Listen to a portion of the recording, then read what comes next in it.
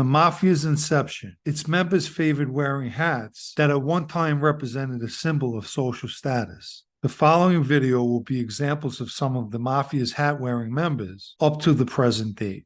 Lucky Luciano, who modernized and organized what remains as the New York's Five Families today, as well as creating the commission, was a fan of the fedora,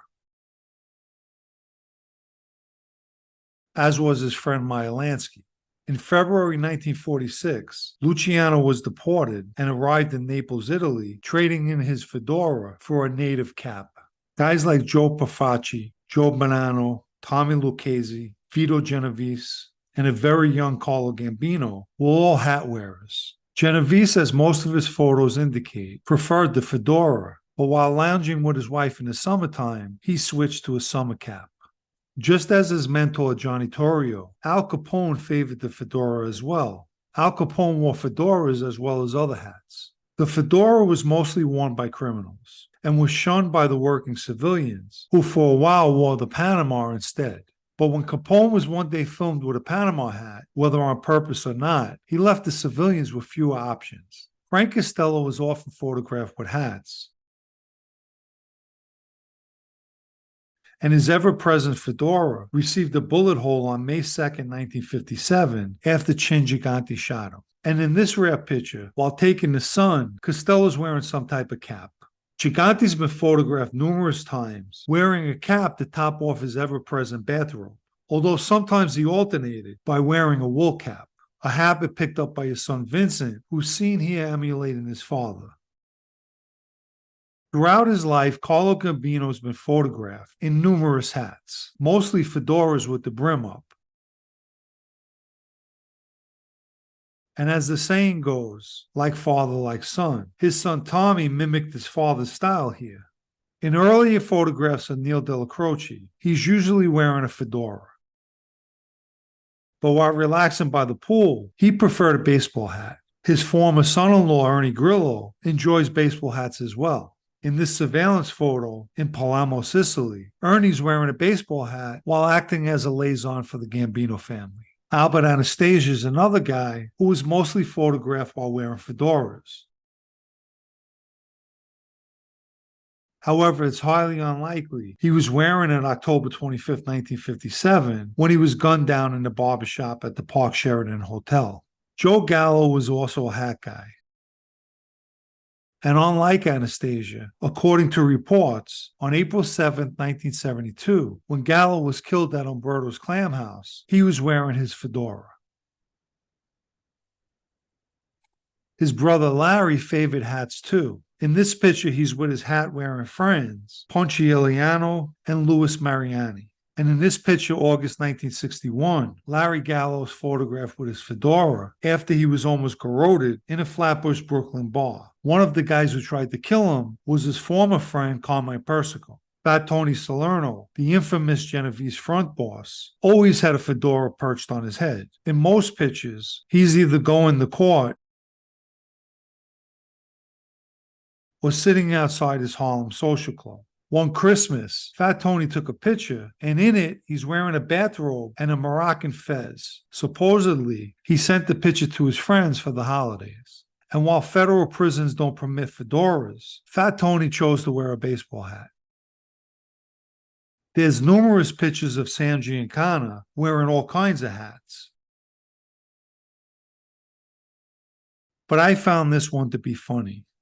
Carmine Galante not only wore a brim-up fedora, he also wore a hood, and in this rare picture, a party hat.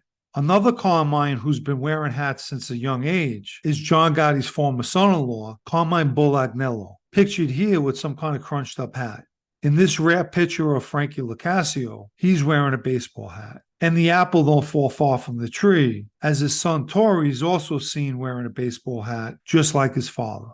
It's alleged that this picture is Angelo Ruggiero using a paper bag as a hat, but I'm not sure about that. Here's Ronnie One Arm wearing a Free John hat that they gave out outside the Bergen Hunt and Fish Club one 4th of July. Both Nino Gaggi and Jimmy Brown were also fans of the fedoras. Nicky Carrazzo would switch from a cap to a baseball hat, and in one photograph was even able to get the agent to adjust his baseball hat for him. Maybe he picked up the habit of hat wearing from his father Lefty, who's seen here wearing a fedora. Here's Joe the Cat Lafort, an old-time Gambino member, wearing a cap. Sandro Aosta and Tommy Scacchioli are also seen wearing caps. Bill Cotolo not only wore a fedora, but was known to wear cowboy hats, as was Philly native Salvi Testa. Speaking of Philly, there's a long history of hat wearing in the city of brotherly love. It started with Angelo Bruno, who wore both hats and caps. Here's Salvi Testa in another cowboy hat, and Phil Leonetti with a cap on. Giorgio Borghese also enjoyed wearing caps, and in this picture, he was the odd man out, wearing a baseball hat, while Stevie Mazzone and Dom Grande wore caps. And here's Borghese wearing another baseball hat while laughing with Mazzone, who's wearing a cap. In this picture, both Mazzone brothers, Stevie and Sonny, are wearing straw fedoras. Mazzone likes wearing hats so much that even in Loretto Federal Prison, he covers his head with a baseball hat. Here's a picture of Dom Grande wearing some kind of Russian or hunting hat, as well as a pink bandana showing his support for breast cancer.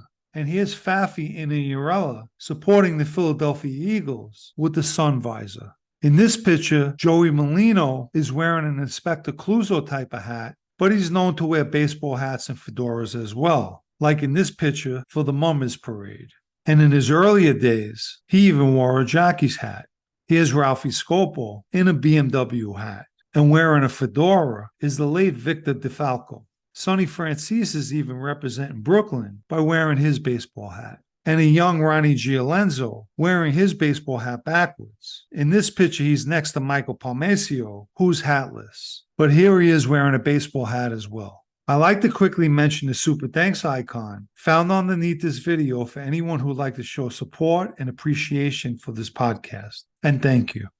Here's Anthony Ramonello wearing a black baseball hat outside of court. And while handcuffed to Matty Madonna, Joe DiNapoli is wearing a baseball hat as well. While enjoying his drink, John DeSalvo is wearing a fedora, and when he's at the bar, with a cap on. Both Andrew Campos and Arnold Squitieri, while out golfing, keep the sun out of their eyes with baseball hats. Danny Katea is proudly showing he's the #1 papa in his baseball hat.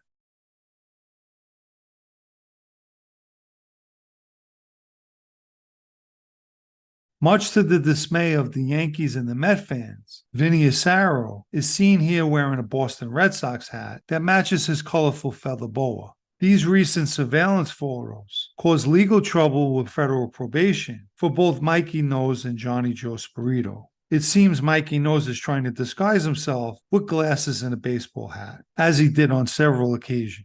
In this photo, he's seen meeting with other members, again wearing a baseball hat and glasses. Maybe he was taking a cue from his predecessor, Vinny Gorgeous. It's believed hats for some people add character, and at other times, it shows character. In this last picture, which is a perfect example, is Danny Campo wearing my younger daughter's floral headband, which is definitely fitting to his character.